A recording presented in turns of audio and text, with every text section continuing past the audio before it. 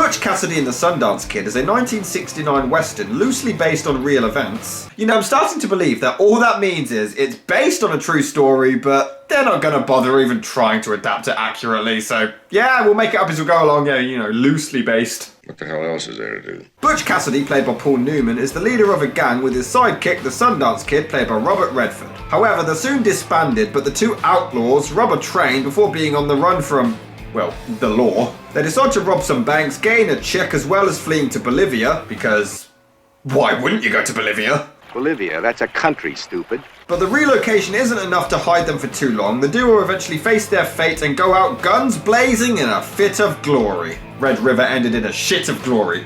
I'm glad you brought that up, kid. Screenwriter William Goldman, who also wrote The Princess Bride, awesome! And Dreamcatcher, wow, fuck this guy. This don't concern you. William Goldman discovered the true story for Butch Cassidy as early as the 1950s, but researched for nearly an entire decade before finally deciding to write a screenplay. However, he wanted it to be somewhat original. The whole reason I wrote the thing, there was that famous line that Scott Fitzgerald wrote, who was one of my heroes. There are no second acts in American lives.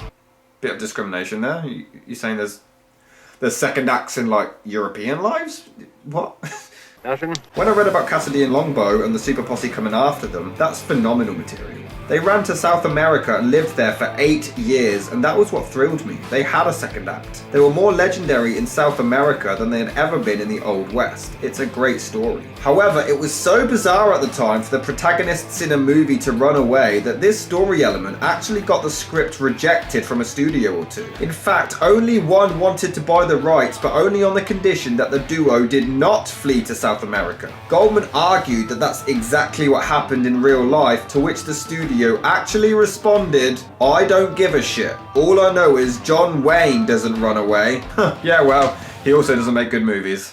Really think so? Goldman went back to the drawing board making some rewrites, but claims he barely changed anything, nothing more than just a few pages, and suddenly several studios wanted the rights. Originally, Dustin Hoffman was considered for Butch Cassidy, and Jack Lemmon was offered the part of Sundance, but he turned it down because he didn't like riding horses, and he felt like he had already played similar roles before. Warren Beatty was offered the part but turned it down, finding it far too similar to his other movie Bonnie and Clyde. Marlon Brando was considered, but he found it too similar to One-Eyed Jacks, and Steve McQueen read the script and agreed to it. At the same time, Paul Newman was signed to the project as well. At this point, since McQueen was such a big star, the title was actually The Sundance Kid and Butch Cassidy, which sounds awful.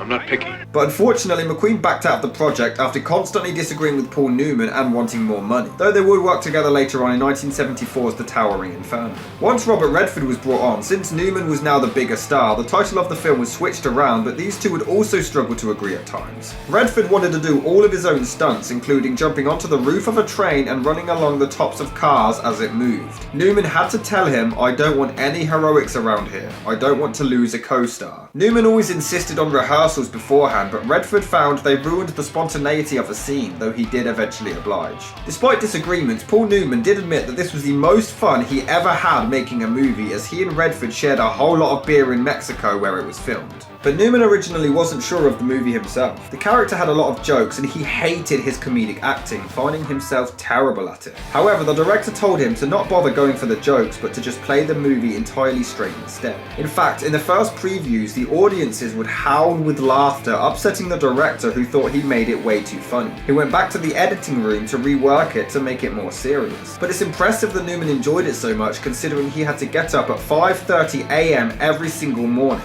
But he did then get to spend an hour in the pool and sauna, so it's not all bad, I guess. You've had worse ideas lately. Butch Cassidy and the Sundance Kid premiered in September of 1969 in New Haven, Connecticut. Originally, reviews were mixed. They ranged from finding the film mediocre to downright terrible. Directors David Fincher and Chris Columbus also cited this as one of their major influences. But strangely, despite how they allegedly didn't follow the original story that closely, the real-life sister of the real Butch Cassidy, Lula Parker Bettinson, often visited the set. She would tell stories to the cast and crew of her brother's travels, and she was very much impressed at the accuracy of the film's portrayal. The studio found out about her visits and asked her to endorse the movie with a series of advertisements in cinemas across the country. She happily agreed, but only if she saw the film first and gave it the go-ahead. The studio flat out refused, claiming that allowing her to see the movie before its release could damage its reputation. Fortunately, Robert Redford managed to convince her to do the advertisements anyway for a small fee. It's not all wine and roses, however, as Paul Newman's hairdresser, Jay Sebring, was actually one of the victims murdered by Charles Manson in August of 1969, just 1 month before the movie was released.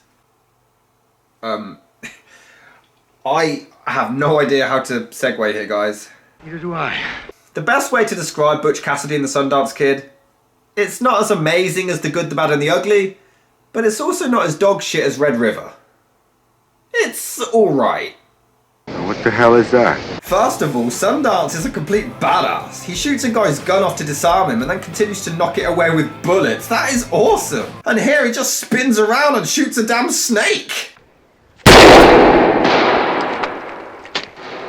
Why are cowboys always so fast with really sensitive hearing? Honestly, he's the highlight of the entire film.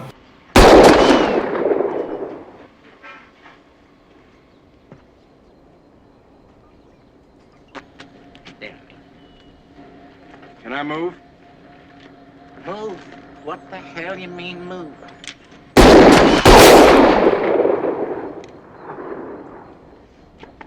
Better when I move. But Butch is the complete opposite. There's this big showdown scene and he has to trick the guy before kicking him in his gonads. And then he acts like he just beat Brock Lesnar in an arm wrestling match. No, you're not hard, mate. But as Butch tries to win over Sundance's girlfriend, he acts really goofy and shows off on a bike. It actually is a really cute and charming little scene. Other than the fact that he's trying to steal his friend's girl, but hey ho. What are you doing? Stealing your woman? Well, at least he's honest. What do you think you're doing with my wife? He's gonna have it off with her. Give me that. Get some more. A lot more. Well, that ought to do it.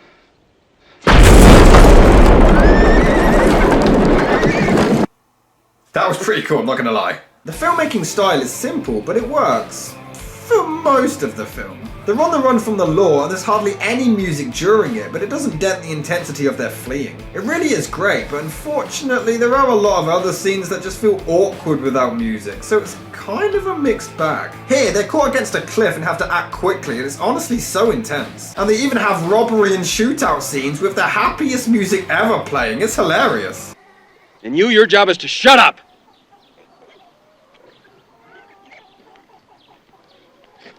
He'll feel a lot better after he's robbed a couple of banks. That's great. Here, they're completely outnumbered but take them out, and it really is badass. Until we hear the dude roar like Darth Vader.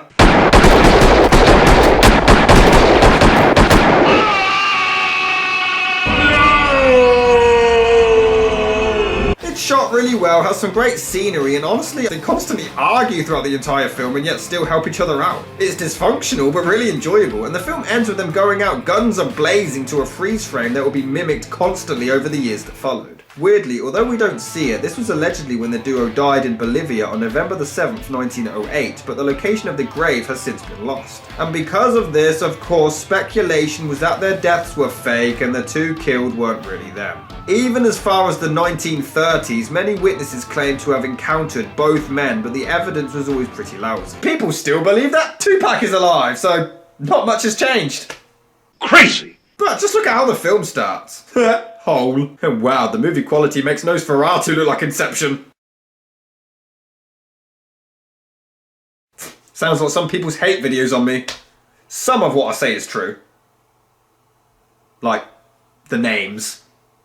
The rest are just bollocks twisted out of context. Well, sorta. I'm over the hill, but it can't happen to you. That's just what I want to hear. Every day you get older. Now that's a law. Wait, what? Every day you get older. Now that's a law. It's a law. That's about as dumb as... It's against the law to commit suicide around here. Still doesn't make sense to me. I didn't know you were the Sundance Kid when I said you were cheating.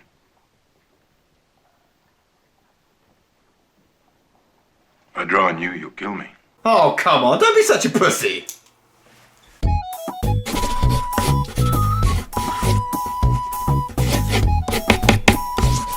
And why does this guy call Sundance a kid anyway? They look the same age! In fact, he might even be older. And why does the film start in sepia tone and randomly change to colour? When I researched the movie, no explanation was even online. Just trying to be artsy, I suppose. What? There's a scene where they tie up a sheriff and... leave. They bitched about not having any rifles or fresh horses, and yet they don't take any guns and ride off on the same worn-out horses they arrived on. Hey, Woodcock. Woodcock. Butch speaks some Spanish. I can wrestle with the menu, okay? And you speak it good. You speak it well. Grammar is important. Buenos días, señores. ¿Les puedo servir en algo? Ordenen para atenderlos, por favor, de inmediatamente. ¿Quieren hacer algún depósito? Señor comandante, dos hombres acaban de asaltar el banco. ¿Quiénes eran? Dos yanquis y un muchacho se fueron por el puente y por la cañada. Se llevaron mi pistola y todo el dinero. No pude hacer nada. ¡Vámonos! How the hell does this guy get shot so easily, and yet Butch and Sundance are pretty much invisible and avoid all of them? No es nuestro. No, ya no es de ustedes. Ahora es de nosotros. Claro. We'll try telling him again. Aquí en la plaza. ¿Cuántos hombres son? Dos hombres. ¿Dos hombres? Mi capitán, por favor. ¿Dos? Bandidos yanquis. Bandidos yanquis, ¿eh? Sí, mi capitán. ¡Sargento Rico! But the film does grow awkward at points, as explained, and it can drag a bit with an unnecessary love story. It's not bad, it's just kind of there. I'd say check it out, but there are still much better westerns out there.